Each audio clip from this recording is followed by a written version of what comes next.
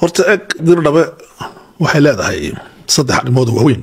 Number 1 waa caasimada labaad ee Itoobiya. gartay magaalo ahaan waxay ku xigtaa Addis Ababa. labo waa madiina tijaariya waa magaalo baayac mushtar.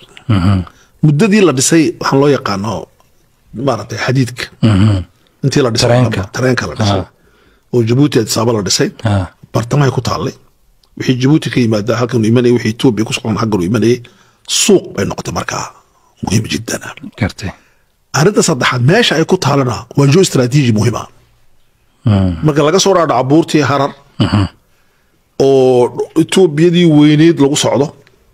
amba dhulkii canfarta san loogu socdo iyo Soomaalida badii lagu socdo bay meesha ay ku taalaan magaaladayada ah. magaalada soo istiraatiiji ah. magaaladaasi marka sidaas ah siraac baa ka jira iyaale idilhay bal isku haystaa gartay siraacaas markii hore ma jireen. magaalada aslan ahaan waxay abuurantay markii dhabada xadiidka la dhisay tareenka la dhisay bay abuurantay magaaladu. laakiin deegaanka waxaa deganaan jiray dad laba reerood oo Soomaaliya deganaan jiray. gurguraha iyo ciisaha deganaan jiray. marka asaaskii magaalada hareerihiga oo xataa kuwa afka Oromada ku hadla waa Soomaali weyn. dadka afka Oromada ku hadla ee dirdhaba goodaasheeda degan buuraheega degan ee ku meersani حتى أوروبا كو هادلان وسوشود waa Soomaali weyn marka waa Soomaali af ahaan iyo luqad ahaan iyo dhaqan ahaan Oromoodi weeyaan gartay maxaa yeelay Oromadu waa mujtamac weyn marka la tago way ku liqayaan wana beeraley waxay ka baxeen shaqada Soomaalida ah geel la joogi adil la joogi xol la joog iyagu waxay noqdeen degan bay noqdeen marka qofka u guura dhulka Oromada uu degaya kolka degtiina wax noqonaysa Oromo marka Oromadu aslan ma aha cirqi ma aha wax dhiiga Oromadu inta badan waa deegaan waa dad isu yimid waa xulufo weeyaan waa xulufo okay taas ma ka aragno markii oo dawladdan cusub ay asaasantay ee dawladda Itoobiya ay soo gaadhay dhulkan Soomaalidu ay leedahay dirdhaba ay matay waxa weeyaan Menelik iyo Haile Selassie iyo ninkii la oran jiray Mengistu waxa u yaqaaneen dirdhabe dhulka gurguraha iyo xiisaha magaca baa lahayd ساسا لو يقان منطقة غرغرها يا عيسى لو يقان مركو مل زيناوي يميدي دولة دي تكريغو عدالتي وحادا شيء واحد هذا دولكي إن لو قيبية جغرافي أهان أو لهذا قبل الله صومالي دول بلاد هاي تو مارت أورمان دول بلاد هاي أوكي مغالي دي الربا مركا دراسة لقو سميم دينا عن بورتا مركا لغا يبادو أورما دقن صومالي أورمودي إي أورما أصلا مركا dirdhaba ka baxdid 100 mitir kadib markaad ka baxdid buurta kortid wad harar u socotid isla markaaba waxaad tagaysaa dad maaratay Oromo u tagaysaa laakiin markaad u baxdid dhinaca Djibouti aad baxa aad dhaca inta baad u baxdid waxa weeyaan waa wada Soomaali weeyaan waxa degan soo gartay ma gartay iyaala la isweydiiyay markaa dagaal baa markaa dhacay 9kii 3 4kii dagaal weyn baa socday caasimada Soomaalida hal laga dhigaa dirdhaba dad fara badan baa khaldamay dadkii jabhadaha waxay caasimada ma noqonayso dirdhaba hadday ku dagaalami lahaayeen caasimada waa inay dirdhaba noqoto Oromadu dib u guran lahaayeen maantana laguma qabsadeen laakiin gudaya la aaday jijiga la geeyay oo waxa yaala dirdhaba uunan oolin laakiin dadka jabhadaha maxaa yeelay dawladda Itoobiya ee meelas uu sameeyay strategical waxa loo kala qaybiyaa shucuubta markaska ee dawladda xukumaysay iyo shucuubta hawaamishka ee la xukumayay markaas markaa ay hayaan waa Tigray Amhar Oromo iyaga markaa miiska fadhiya lagu qaybinayo inta lagu cunayo shucuubta kale waxay dadka miiska dul fadhiya la cunayo markaa Soomaalida meesha lagu soo tashanay may fadhin Abdulmajid baa joogi jiray Abdulmajid ma fadhiisan laano uu muwadam uu ku jirin afarta qolo ee ka talinaysa shucuubta koonfurta oo taasi waa mid dawlad okay marka waxa la magaaladani dagaal baa ka dhacay waxa weeyaan waa magaalo federaal sidii Addis Ababa oo kale imika Addis Ababa federaal maaha waxa la waa dhul Oromo leedahay laakiin waa caasimadii sida Ottawa kale Ottawa gobolka bay ka mid tahay Ontario la dhahdo لكن وعاصمة دي دولة كندا لكن قبل هاي كنت تستاهي أنتوريو أديس أبابا محل تستاهي قبل هنا لكن وعاصمة دي إثيوبيا دي ربنا مركي دب والله صوف بحي بحي ميا وحا إسلالة أورما إيا صومالي ميلا سوعة مركا قرتي أورما دي صومالي دي با إسلالة مركي ليدي waxaa yidhi 4 sano ee doorasho dhacdo labada nin ugu sarreeyay waa inay noqdaan Soomaali Oromo labadan nin buu midna 2 sano xukumi midna 2 sano xukumi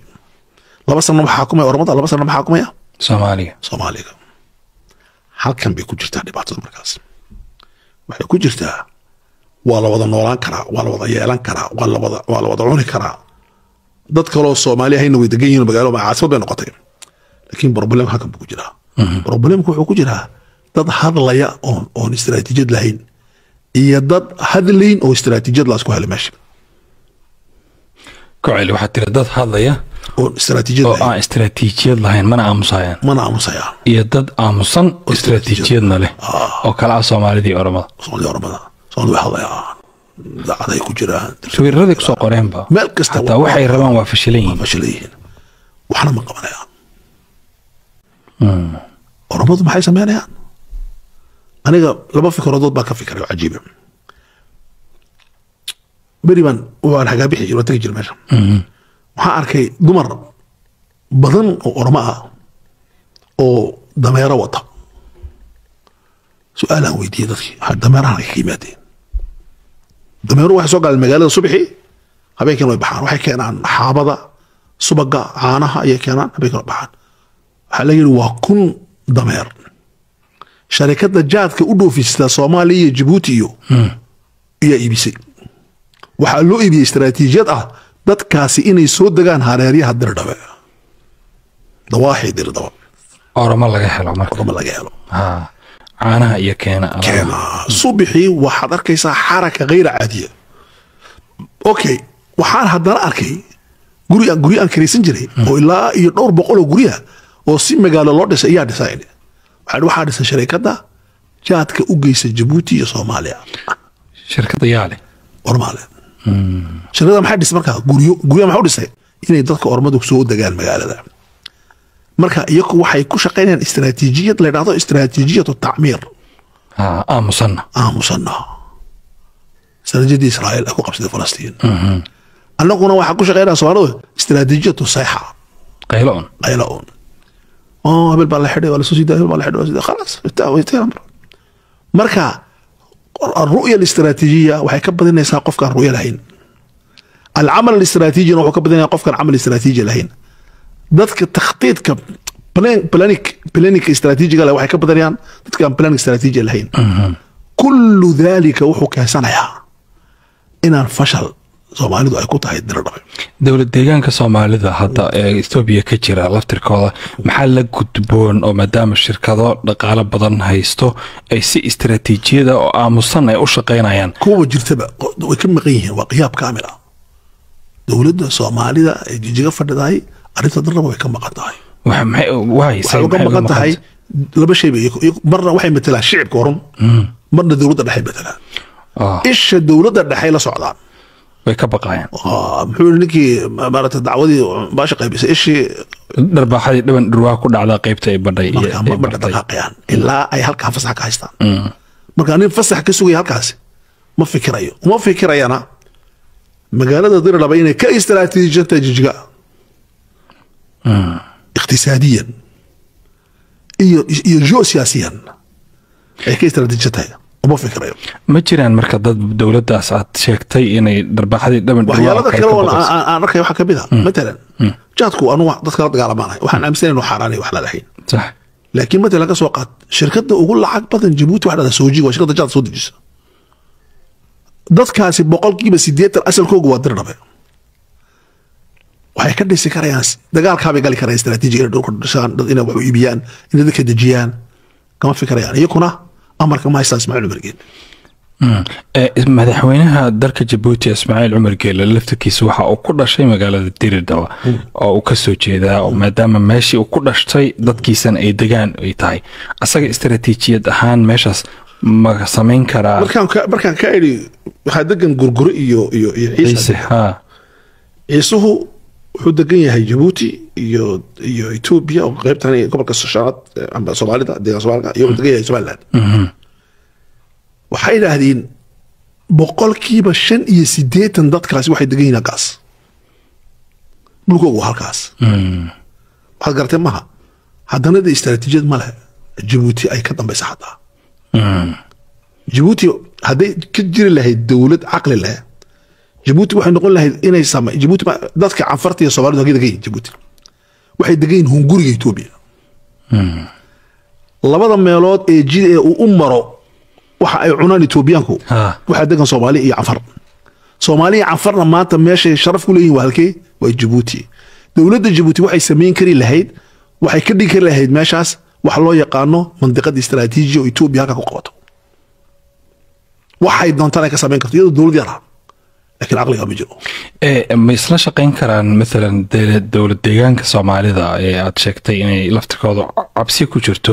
iyo dowladda Djibouti hadii ay cadaadis ku saaraan dowladda Ethiopia مثلا maadaama meel istaraatiijiyada oo cunihii ay degan yihiin ay joogaan ayagoo isla shaqeynaya arintaas ka wada shaqeynaya in ay magaaladaas lagu cesho caasimadii Soomaalida ama dowlad deegaanka Soomaalida ma laga wada shaqeyn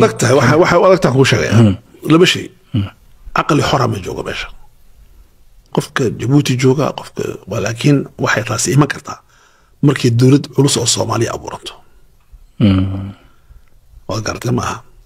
Soomaalida Ethiopia waxay sharaf lahayd markay Soomaaliya dowlad ahayd kuwa Djibouti sharaf markay Soomaaliya dowlad ahayd labadoodaba muhiim jiddan arinta labaad waxa weeyaan inaad mustawa u fikir marka shirki wax ka socday Djibouti la dhahdo qoladii maxaa loo jiray heritage waxaan isku dayay inaan dhageysto khulaasadii waxay isku waafaqeen waxa ka socda dhulka kama hadlayaan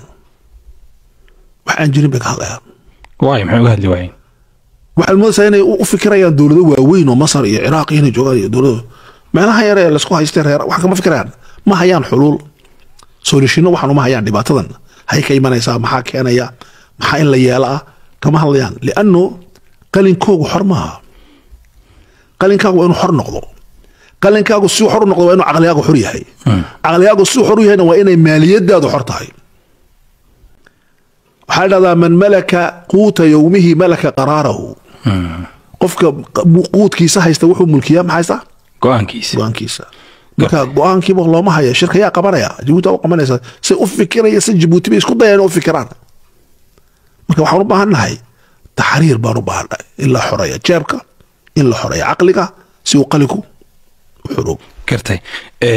shirkadaha qaadka keena Djibouti iyo مثلا Ethiopia midinacaas waxay wadaan istaraatiijiyad dirdaba ay Oromo iyo dadka Ethiopianka ku siinayaan oo ay kaga fogeynayaan مثلا dadka Soomaalida ah meeshaas dirdaba shirkadaha qaadka keena Soomaaliya dhinaca Muqdisho ee ka keena Ethiopia iyo Kenya waxa lacagtooda badanaa lagu dabaraa baarlamaanka Soomaaliya in lagu laaluusho si مثلا go'aamada iyo waxyaabaha la bedelayo iyo constitutionka iyo waxyaabahaas oo dhan lagu kala waxayo labo shaqo kala waaweyn ay qabtaan oo ka aad u kala duwan istaraatiijiyadna tan fiican dadkeeda u fiican la fahmi karo laakiin dadka مثلا عن دولة deegaanka Soomaaliya madaxdeeda aan ahayn Djibouti madaxdeeda laakiin ganacsatada iyo shirkadaha waaweyn iyo مثلا culimada oo kala warkooda oo meel dheer gaaro ma istaraatiijiyad ma bilaabi karaan ama hadal مثلا madal lagu midaysan yahay dadka xulka inta la isu keeno مثلا dadkaas gurguraha xulkooda ciisaha xulkooda iyo ganacsatadooda si magaaladaas loo badbaadiyo diridaba ma laga shaqeyn karaa maadaama waraysigan iyo hadalkeena dad badan goostaan meelo badan uu gaaro maxaa laga faa'iidi karaa istaraatiijiyan in loo fakaro qaylada maxaa lagu bedeli karaa horta eeg olamada iyo Soomaalidu waa dad walaala horta aqliga meena ku jirto in Soomaalida iyo olamadu walaal yihiin sax laba jaanibba jaanibka irqiga iyo jaanibka diiniga muslimiin way inta badan olamadu sax dhinaca labaad olamada iyo Soomaalidu way isku baahan yihiin istaraatiiji ahaan anu waxay dhacdaa olamadu waa calooshay dhaqaalaha Soomaaliduna waa lugihiya